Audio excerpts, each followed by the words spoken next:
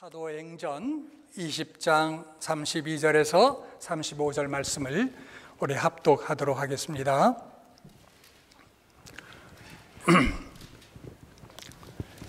우리 다 같이 아직 다들 안 찾으셨나요?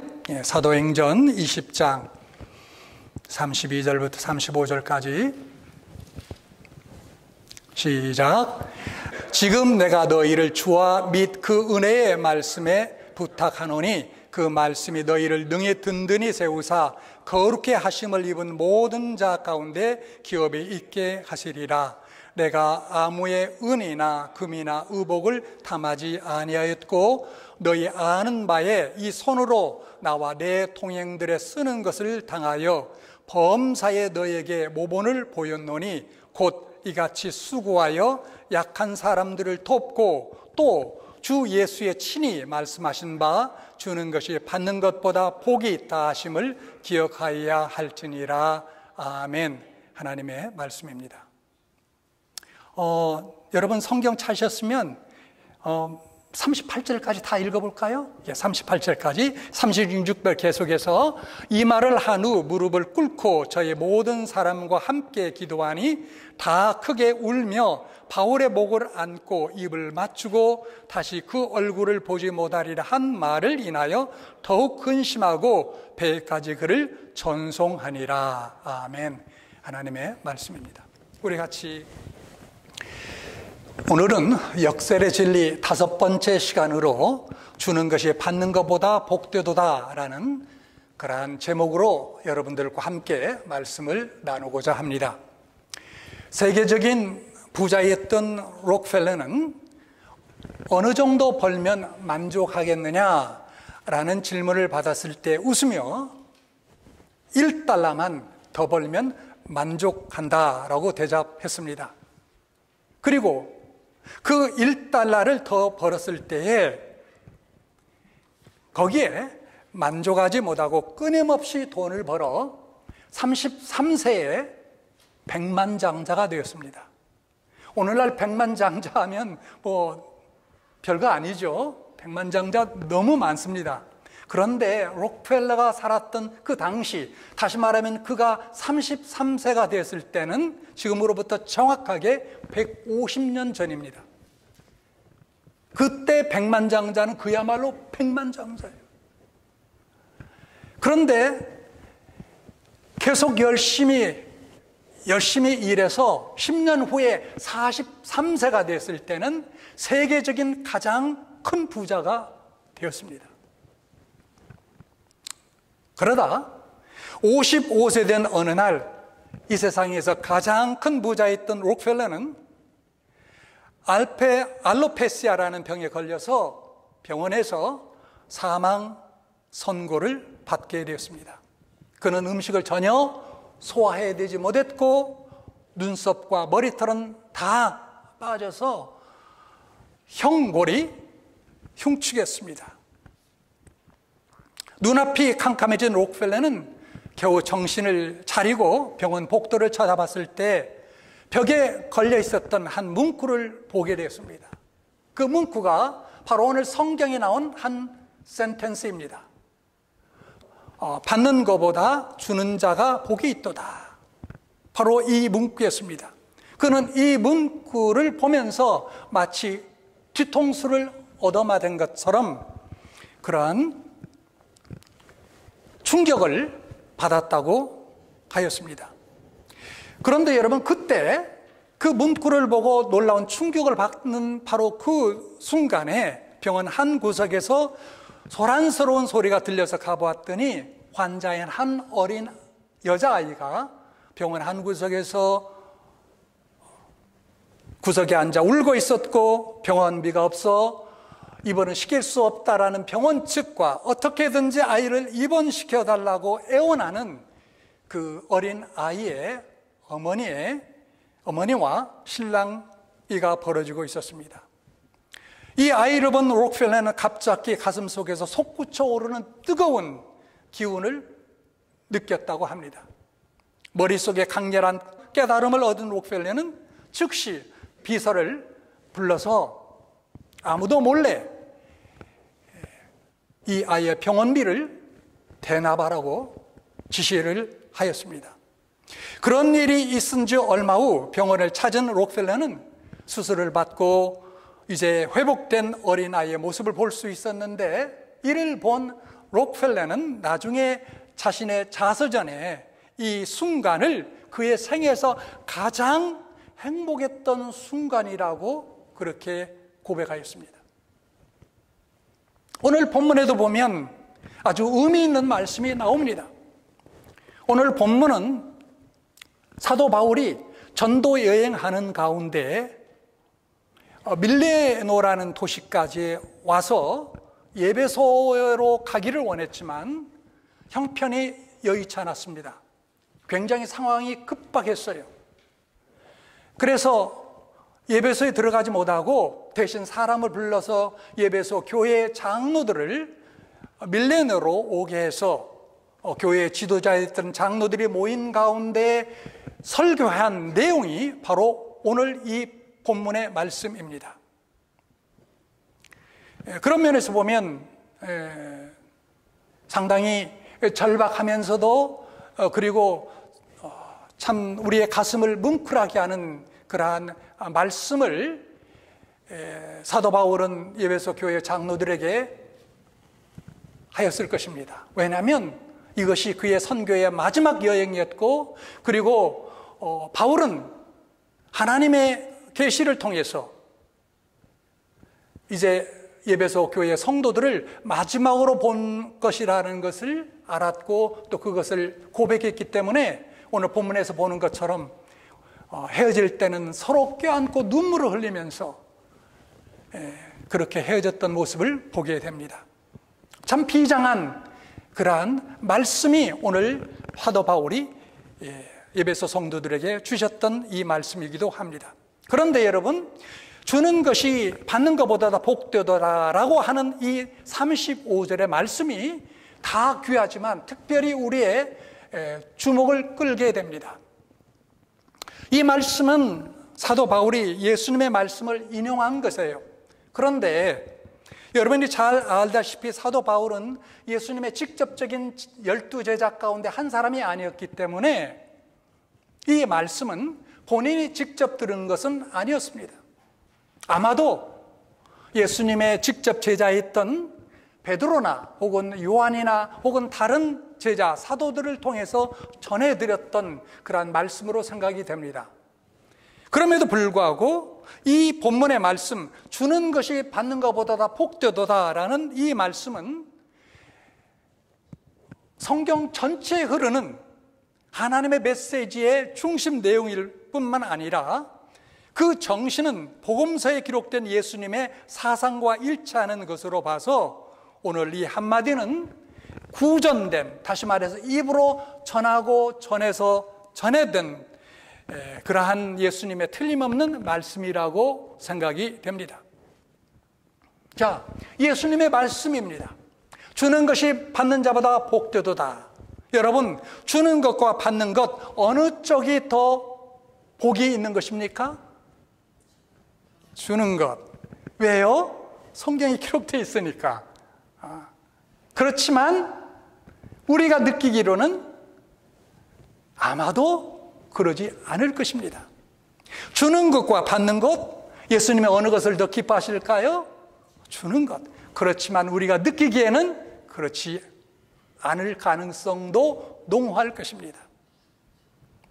이 말씀을 보는 오늘 우리들은 과연 어디에 복이 있다, 어디에 행복이 있다고 생각되십니까? 한번 스스로 정직하게 자문해 보시기 바랍니다.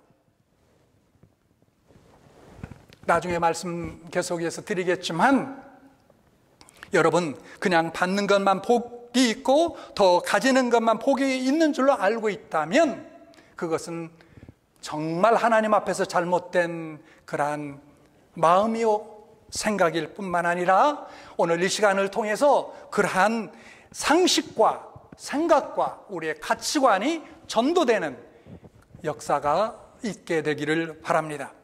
바울은 주는 것과 받는 것 그 사이에서 더 복된 것은 받는 것이 아니라 주는 것이라고 우리에게 명백하게 강조하고 있습니다. 여러분, 많이 갖지 못했을지라도 많이 베푸는 자가 되는 것이 복된 자인 줄 믿습니다. 여러분, 비유로 한번 이스라엘 나라를 보십시오. 그 국토를 보고 나라 땅을 보십시오. 그러면 이스라엘 나라는 바다라 일커지는 큰 호수가 두 개가 있습니다. 북쪽에는 갈릴리 호수요, 남쪽에는 사해라고 하는 큰 호수입니다.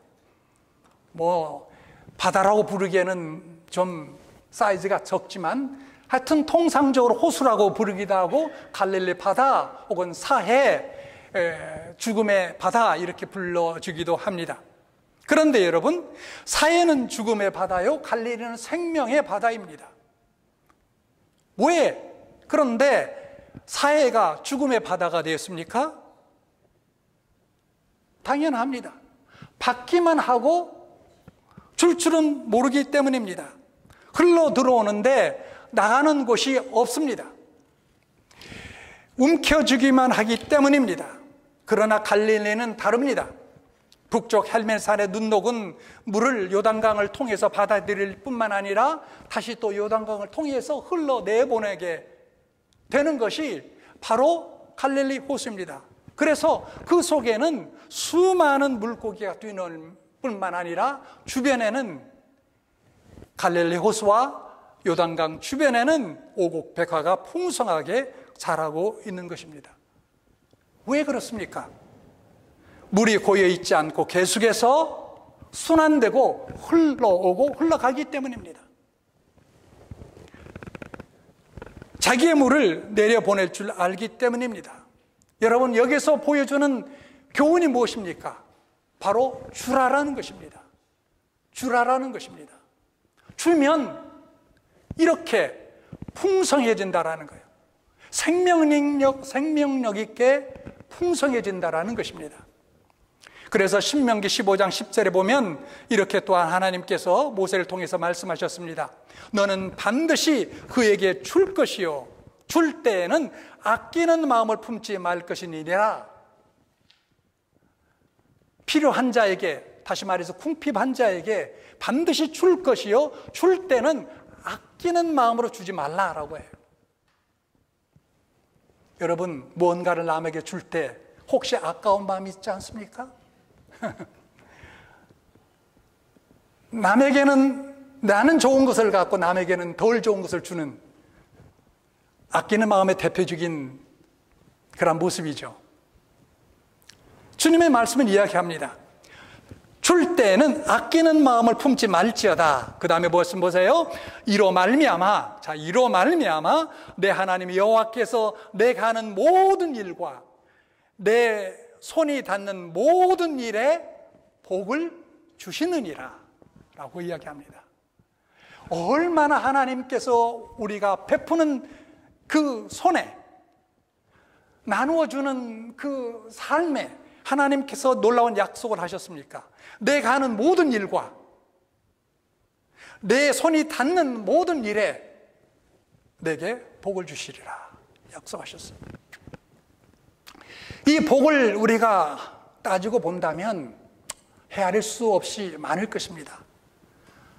오늘 이 예배 시간을 통해서 다 말씀드릴 수도 없을 것입니다. 그러나 세 가지만 딱 여러분들에게 말씀을 드리는 가운데, 여러분 정말 오늘 이 말씀을 통해서 이제부터 더욱더 아낌없이 줄 수 있는 여러분과 제가 될 수 있기를 바랍니다. 첫째, 하나님께서 주시는 복은 뭐냐?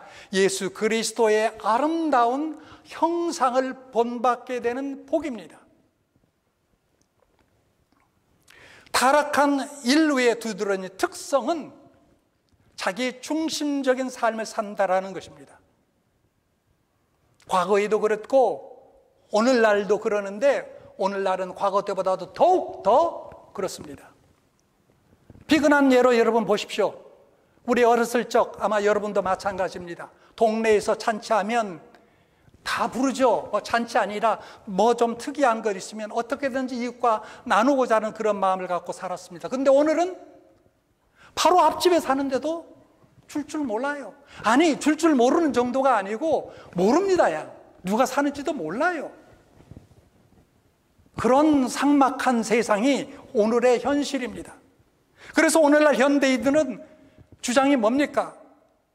서로 간에 너 자신을 주장하라, 너 자신을 신뢰하라, 너 자신을 선전하라, 너 자신을 믿어라, 이렇게 이야기합니다. 이런 유형의 모토에 있어서 공통점은 모든 구호들이 자신에 대한 집착에 근거한다는 것입니다. 한마디로 말하면 어린애와 같이 되는 거예요. 어린아이처럼. 어린아이도요, 두 가지 어린아이 모습이 있습니다. 영어로 말하면 childlike가 있고 childish가 있어요. 그 차이 아세요? childlike는 주님께서 어린아이 같이 되지 않으면 너희는 천국에 가지 못하리라는 그러한 뉘앙스의 의미라면, childlike는 바로 자기만 아는 정말 이기적인 그런 모습의 사람을 이야기할 때 childlike라고 하는 거예요. 오늘날 childlike와 같은 사람이 너무 많습니다. 어린아이일수록 여러분 받으려고만 합니다. 지난주에 우리 손녀딸이 왔어요. 왔는데 너무나 귀해요. 그래서 이제 먹을 것도 주고 뭐 이렇게 하는데, 그거 받아 먹으면서 이제 부모도 그렇고 저도 그렇고, 야 그거 나 좀 주라 하면은 어떻게 한 줄 아세요? 이렇게 먹으려다 줘요. 줘다가 지갑으로 쏙 들어가요. 안 줘요. 그냥 쏙 들어가요. 뭐 놀리는 것도 될 수도 있지만 줄 줄을 잘 몰라요. 잘 몰라요. 배워야 되는 것이죠. 그래서 여러분, 가장 골치 아픈 사람은 어떤 사람이냐면 유아기적인 고착 증세를 보이는 어른들입니다. 유아기적인 고착 증세. 이런 사람을 성인 아이라고 부르는데, 불행스러운 것은 오늘날 그런 성인 아이들이 너무너무 많다라는 거예요. 그리고 많아지고 있다라는 거예요. 그러나 여러분, 우리 주님은 어떤 분이십니까? 로마서 8장 32절에 볼 것 같으면 이렇게 말씀하고 있습니다. 자기 아들을 아끼지 아니하시고 우리 모든 사람을 위하여 내주신 이가 어찌 그 아들과 함께 모든 것을 우리에게 주시지 아니하겠느냐. 여러분, 우리가 알고 믿고 섬기고 사랑하는, 또 따라가기를 원하는 그 하나님은 바로 이런 분이시다라는 것이죠. 하나님은 우리에게 천지 만물을 창조하셔서 주셨고, 그리고 더 나아가서 독생자 예수 그리스도를 우리에게 주셨고, 그리고 날마다 우리에게 좋은 것으로 먹여주시고 입혀주시고 길러주시는 그런 분이십니다. 믿습니까, 여러분? 여러분, 내가 똑똑해서 잘나서 힘있고 건강해서 벌어서 호화호식하고 누리는 것 같지만 그렇지 않습니다. 큰 착각이에요. 하나님께서 보편적인 은혜를 베푸셨고 특별한 은혜를 또한 베푸셨기 때문에 이렇게 우리가 넉넉하게 풍족하게 사는 거예요. 세계를 한번 돌이켜보세요. 오늘날 세계 인구 가운데 절반 3분의 2 이상이, 아니 4분의 3 이상이 하루 세 끼를 제대로 못 먹고 사는 거예요. 오늘날 기후 이상 때문에 너무나 더운 데는 너무 덥고 추운 데는 너무 춥고 가문 데는 너무 가물고, 홍수로 말미암아 파키스탄 같은 전 국토의 4분의 3이 물바다가 되는 이런 상황 속에서 여러분, 특별히 우리가 살고 있는 이 지역, 자연재해도 거의 없는 이런 상황 속에 얼마나 우리가 편하게 풍족하게 살고 있습니까? 이것이 다 내가 잘나서 받는 은총입니까? 아니에요. 하나님의 은혜이십니다. 하나님은 우리에게 이렇게 사랑으로 늘 채워주시는 거예요. 그것뿐만 아니라 무엇보다도 하나님은 우리에게 구원과 영생의 축복을 주시고 예수님의 피 한 방울 물 한 방울도 남김없이 우리에게 다 주셨어요. 그래서 이야기하는 것입니다. 어찌 그 아들과 함께 모든 것을 우리에게 주시지 않겠느냐. 아마 여러분 이 말씀 보면 이렇게 생각할 수도 있을 거예요. 그런데 하나님, 예수님, 나 이거 지금 필요한데 왜 안 주세요? 아마 여러분 마음속에 그런 반문이 일어난 분이 있을 것입니다. 저는 알지 못해요. 그러나 다 하나님의 뜻이 있을 것입니다. 그것이 한마디로 말하면 어떤 면에서 보면 나에게 유익되지 않기 때문에 아마 그럴 가능성이 농후할 것입니다. 하여튼 하나님은 우리에게 이렇게 엄청난 사랑과 은혜를 베푸십니다. 오늘 본문에 보시면 사도 바울의 성숙한 모습을 또한 보게 됩니다. 사도 바울은 여러분 참 놀랍습니다. 그는 사도임에도 불구하고 요한과 베드로나 다른 사도들과는 전혀 다른 모습으로 그의 사역을 시작했고 마무리 지었습니다. 어떻게 해요? 손수 일했어요.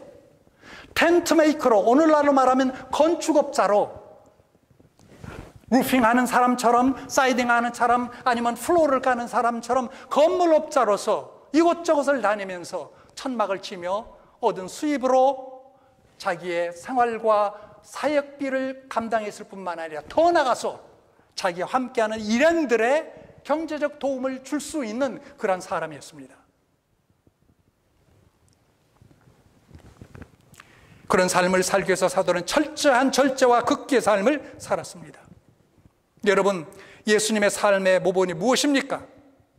하나님이 사람이 되신 이유가 과연 무엇이겠습니까? 하나님이셨던 예수 그리스도 독생자 그분이 사람이 되신 이유가 과연 무엇이었습니까? 우리를 섬기려 하고 그리고 자기 목숨까지도 다 주기 위해서 예수님은 이 땅에 인간으로의 몸을 입고 오셨다라고 말씀하고 있지 않습니까? 그래서 그는 부유한 자로서 우리를 위하여 가난한 자가 되셨습니다. 그래서 진짜 부자는 어떤 사람이어야 하는가에 모본을 보여주신 거예요. 사랑하는 여러분, 줄 수 없는 부자는요, 진정한 부자가 아닙니다. 졸부예요. 부자의 정의도 우리는 새롭게 내려야 되고 가져야 됩니다. 세상 사람들은 많이 가진 사람을 부자라 칭합니다. 그러나 많이 가졌지만 자신만 움켜쥐고 남에게 베풀지 못하는 영적으로 가난한 자들도 많습니다. 그와 반대로 많이 가지지는 못했지만 남에게 베풀기를 좋아하는 자들이 있습니다. 진짜 부자는 바로 후자입니다. 여러분, 모든 분들이 다 복된 자의 부자 되기를 바랍니다. 어떻게 해요? 주는 자가 됨으로써 부자 될 수 있기를 바랍니다. 부요도 마찬가지예요. 참된 부요는 모으는 데 있지 않고 소유하는 데 있지도 않습니다. 참된 부요는 주는 데 있다는 사실을 기억하여야 합니다. 그래서 여러분, 공부도 남 주고 사업도 남 주고 성공해서 남 주어야 합니다. 이런 사람이 성숙한 사람입니다. 우리가 흔히들 옛날 자식 키울 때 그런 말 했잖아요.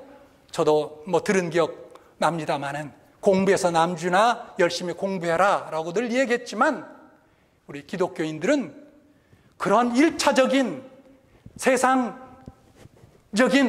그러한 가치관, 그러한 생각으로 살아서는 안 됩니다. 남주기 위해서라도 공부 열심히 해라. 이 정도 수준이 돼야 되죠. 남주기 위해서라도 사업 열심히 해라.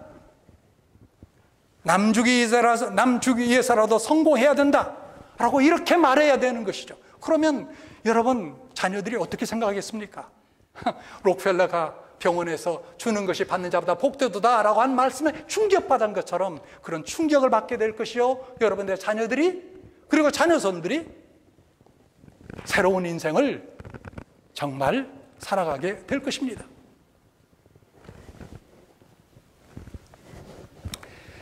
줄 수 있는 것은 성숙을 뜻합니다. 줄 수 있다라는 것은 하나님을 닮아가는 것을 뜻합니다. 하나님은 언제나 주시는 분이에요. 모든 것을 주셨어요. 아낌없이 주시고 또 주시고 또 주실 거예요. 그렇다면 여러분, 우리 또한 주는 가운데 참되게 우리 하나님, 우리 주 예수 그리스도를 닮아갈 수 있게 될 줄로 믿습니다. 거룩한 예수 그리스도의 형상을 본받아 하나님께 영광을 돌리고 그것이 또한 우리의 전도에 있어서도 놀라운 역사로, 구원의 역사로 일어날 수 있기를 간절히 축원합니다. 자, 두 번째로는 주는 자에게는 참된 기쁨과 행복이 있기 때문입니다. 여러분, 주는 것, 받는 것 다 기쁨이 있습니다. 받았다고 해서 여러분 기쁨 없는 줄 압니까? 받는 가운데서도 기쁨이 있어요. 있습니다. 그런데 여러분, 받아서 누리는 기쁨과 주어서 누리는 기쁨은 다릅니다. 달라요. 받는 것이 여러분 표면적인 기쁨이라면 주는 것은 내면적으로 승화된 기쁨입니다. 받는 것이 일시적 기쁨이라면 주는 것은 항구적인 기쁨입니다. 여러분, 많이들 받아보셨죠? 그렇죠? 남편에게, 아내에게, 자식들에게, 부모에게, 또 형제들에게, 또 교우들에게, 친구, 이웃들에게 받아보셨을까요? 그런데 받고 나서 그 기쁨이 과연 얼마만큼 갔습니까? 한 달을 갔나요? 아니면 일주일을 갔나요? 제가 알기로는 좀 받은 것에 대한 그것들이 다르기 때문에 그렇지만 얼마 못 갑니다. 제가 태어나서 자식들에게 받아보던 가장 큰 것이 있다면 제가 한갑 때 받았던 저 자동차인 것 같아요. 근데 그거 며칠 끌다 보니까 그냥 자동차예요, 그게. 예. 이제 10만 마리 넘으니까, 제가 탄 것만 해도 10만 마리 넘으니까 이제 꽤 오래됐잖아요. 그러니까 이게 새 차를 갈아야 되나? 하는데 이제 어떤 마음이 생겨요? 솔직히 말해서 좀 차 좀 안 바꿔주나? 이런 이제 기대감도 생기게 되는 것이 우리의 마음인데, 그렇습니다. 받는 것은 일시적인 거예요. 기쁨은 일시적인 겁니다. 그리고 거기에 만족하지 않고 또 받기를 원하는 거예요. 그러나 주는 것은 그렇지 않습니다. 오래오래 가요.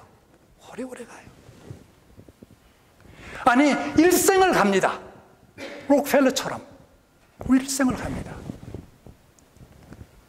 그 일생 속에 하나님께서 축복이 뭐냐? 바로 참 기쁨과 행복을 그 가운데 부어주시는 거예요.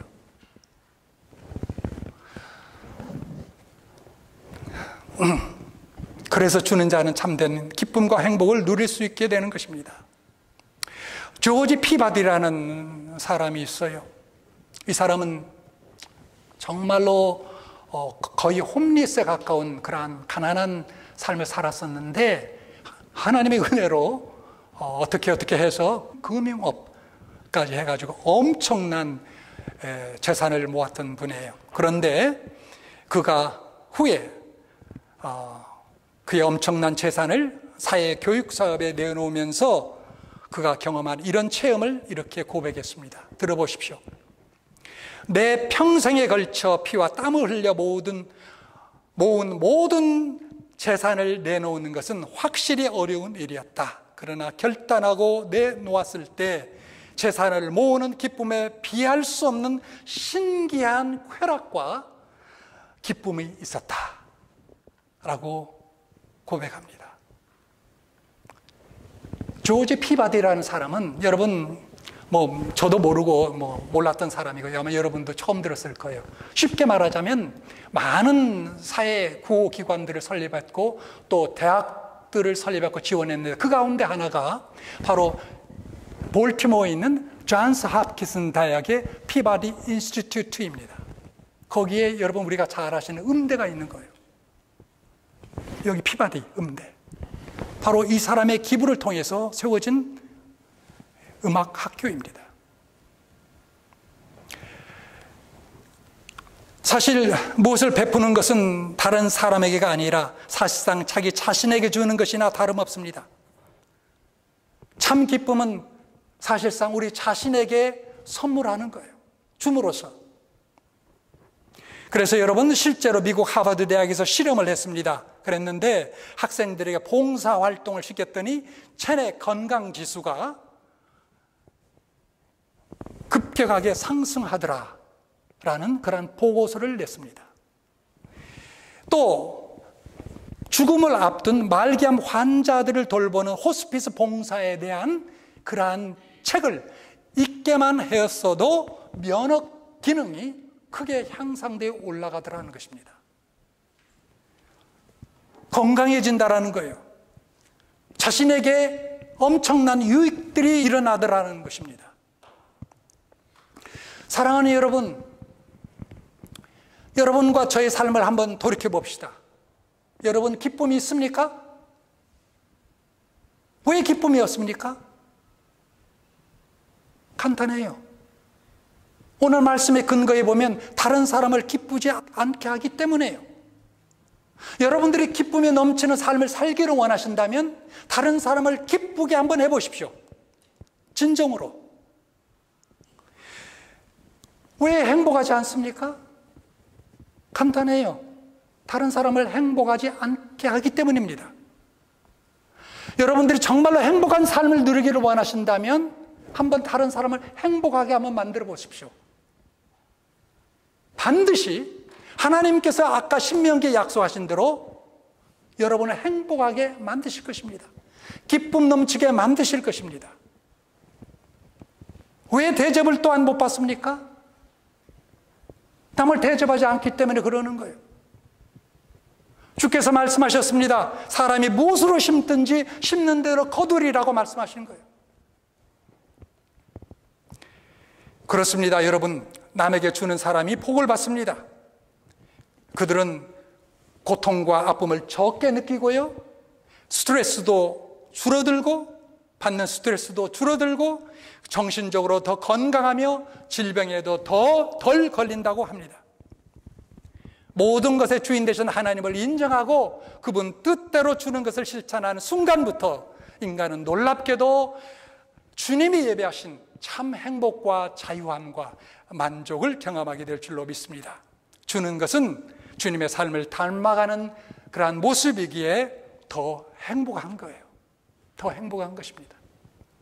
마지막 세 번째로 주는 것을 통해 주님을 대접할 수 있기 때문입니다. 여러분 성경 여셔서 같이 보겠습니다. 마태복음 25장 35절 36절 같이 한번 보겠습니다. 마태복음 25장 35절과 36절의 말씀을 보겠습니다.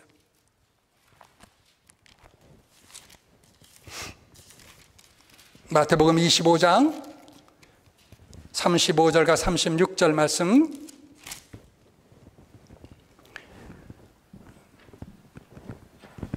주께서 하신 말씀이에요.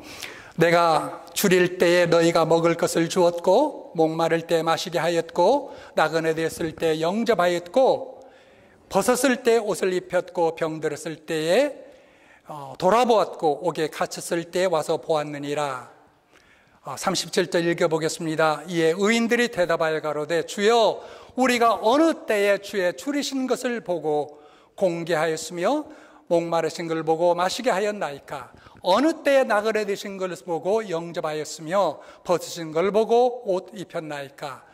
어느 때에 병드신 것이나 옥에 갇힌 것을 보고 가서 배웠나이까 하리니 임금이 대답하여 가로되 내가 진실로 너희에게 이르노니 너희가 여기 내 형제 중에 지극히 작은 자 하나에게 한 것이 곧 내게 한 것이니라 하시고. 자, 여러분, 보이지 아니하시는 하나님, 보이지 아니하시는 예수 그리스도를 우리가 섬기고 사랑하고 대접하는 방법이 있습니다. 어떻게 해요? 바로 내 이웃에 어려움 당한 그 이웃을 돌보는 것이라 라고 이야기합니다. 이 말씀은 너무너무나 중요합니다. 왜냐하면요, 이 말씀은 종말론적인 우리의 미래와 관련되어 있기 때문입니다. 사랑하는 여러분, 우리가 천국에 들어가게 될 터인데 천국에 들어갈 때 하나님께서 우리에게 물으실 것입니다. 너 얼마 벌었느냐? 너 땅에서 얼마만큼 저축하고 살았느냐? 이걸 물으실까요? 절대로 그런 질문 안 하실 것입니다. 그러나 하나님께서 물으실 반드시 질문이 있을 것입니다. 내가 너에게 축복한 그 축복을 가지고 너는 과연 얼마만큼 베풀며 도우며 살았는가 물으실 것입니다.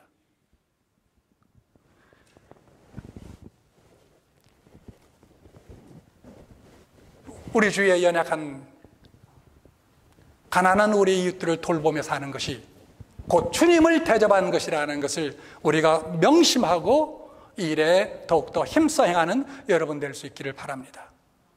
오늘 설교를 시작하면서 록펠러의 일화를 잠시 말씀드렸습니다. 돈이 없이 수술을 받지 못하고 죽어가는 어린 소녀를 도운 록펠러의 삶은 그로부터 시작해서 180도로 바뀌었습니다. 이제는 돈을 버는데 인생을 투자하지 않고 돈을 잘 쓰는 일에 남에게 베풀어 주는 삶을 살아야겠다고 결심하고 실천하였습니다. 그런데 여러분, 이렇게 결심하고 실천하기 위해서 한 걸음 뛰자마자 그에게 무슨 일이 벌어진 줄 아십니까? 병원에서 불치의 병이라고 사형 선고를 받았던 그가 순식간에 치료가 된 거예요. 완치가 되었습니다. 몇 살 때요? 기억나세요? 잘 들으셨어요. 55살 때. 그런데요, 여러분, 그가 몇 년을 더 살았을까요? 자그만치 43년을 더 살았습니다. 그러니까 그는 98세에 세상을 떠나게 된 거예요. 놀라운 일이 그에게 일어났습니다. 그는 고백하기를 이렇게 말했습니다. 내가 살면서 이처럼 행복한 삶이 있다는 것을 미처 몰랐습니다. 내 인생의 55년은 항상 쫓기듯 살았지만 나머지 43년은 정말 행복한 시간이었습니다.